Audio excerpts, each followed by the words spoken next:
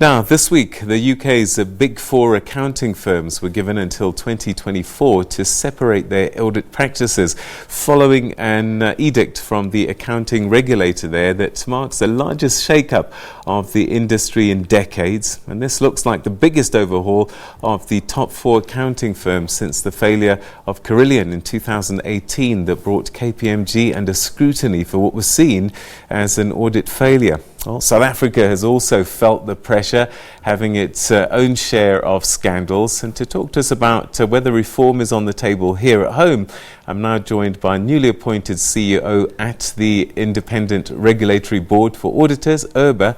We're joined by Jenitha John. Thanks so much indeed for joining us and welcome to the program. Thank you, Peter. Thank you very much for having me, and good afternoon to your viewers as well.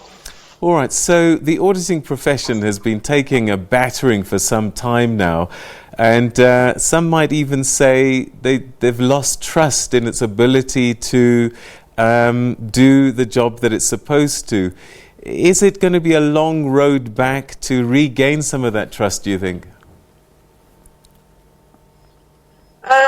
Look, I think the damage has been done.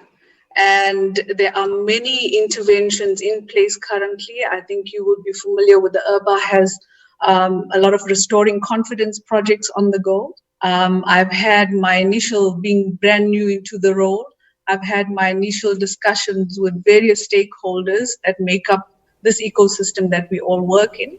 And we would be looking at ways and means of leveraging the various projects and interventions to restoring credibility and confidence in the profession as we walk this journey together. All right. In terms of timing, you will see milestones along the way in terms of timing as well.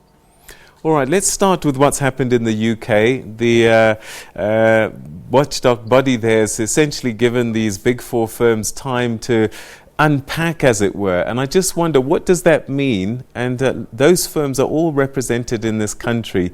So whilst the regulations may apply in the UK, is it something that you're watching here and thinking about here as well?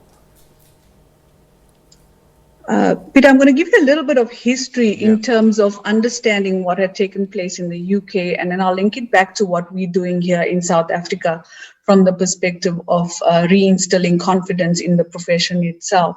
So from a background perspective, yes, we understand, and most of the audience would be familiar with the collapse that's took place in the UK environment, specifically when we look at companies like Carillion, BHS, Thomas Cook, and more recently, you would have noticed the last weeks talking about Wirecard. And what it did was it triggered a string of reviews into the audit sector itself that called for significant reforms. And these reviews, there were three independent reviews actually that were commissioned in terms of the state of the audit market in the UK. One was the Bryden Review.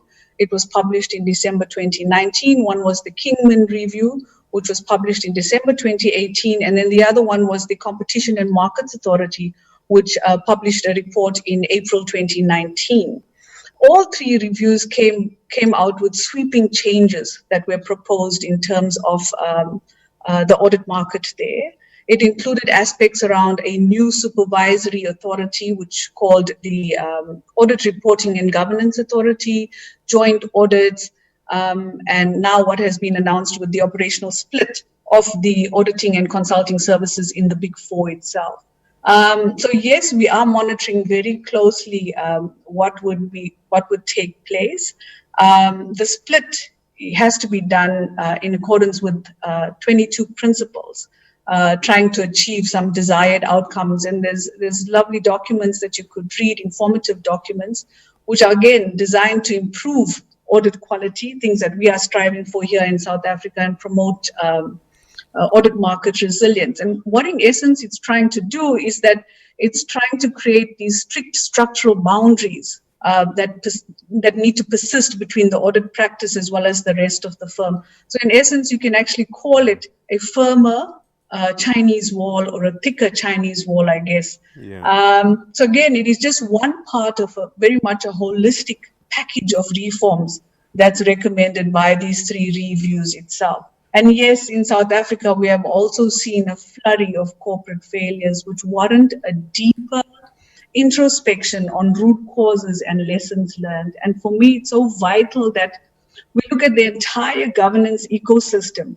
We all are cognizant of the fact that there are many sets of eyes that are part of aggregating information for decision making. And at the same time, you have many sets of eyes that look at testing the veracity of such information across the different lines of accountability in an organization. And I think it's very good to have world-class standards, to have a strong regulator in place which govern disciplines across these three lines. But we are still experiencing as a country the form of corruption and failures that cause incredible harm to public. All right, let's explore a couple of things. When I was much younger, there were lots more audit firms. There was Coopers and Lybrand, and then there was Price Waterhouse. Then they merged. There was Pete Mitchell. All these firms, and over time, they've just literally eaten each other up. And that's how we ended up with this Big Four, Big Five, whatever you want to call it. Is there an argument to split up these companies and make them much, much smaller so that there's more players in the game than to have almost an oligopoly? We do have many, many companies across the regime in South Africa. And I think for us as the IRBA, we have reinforced independence. I think our big priority is reinforcing independence, fostering professional skepticism. But more importantly, it's also looking at the imperatives around transformation and competition in our country. So yes, there is merit around looking at joint audits to enhance the capabilities of the mid-tier firms as well, so that we can uplift the competitive landscape that we have in this country. All right, so how do we overcome the challenge? And some people might think, how can you audit someone that's going to pay you for that audit? I think that's also quite a moot point in terms of who are auditors accountable for.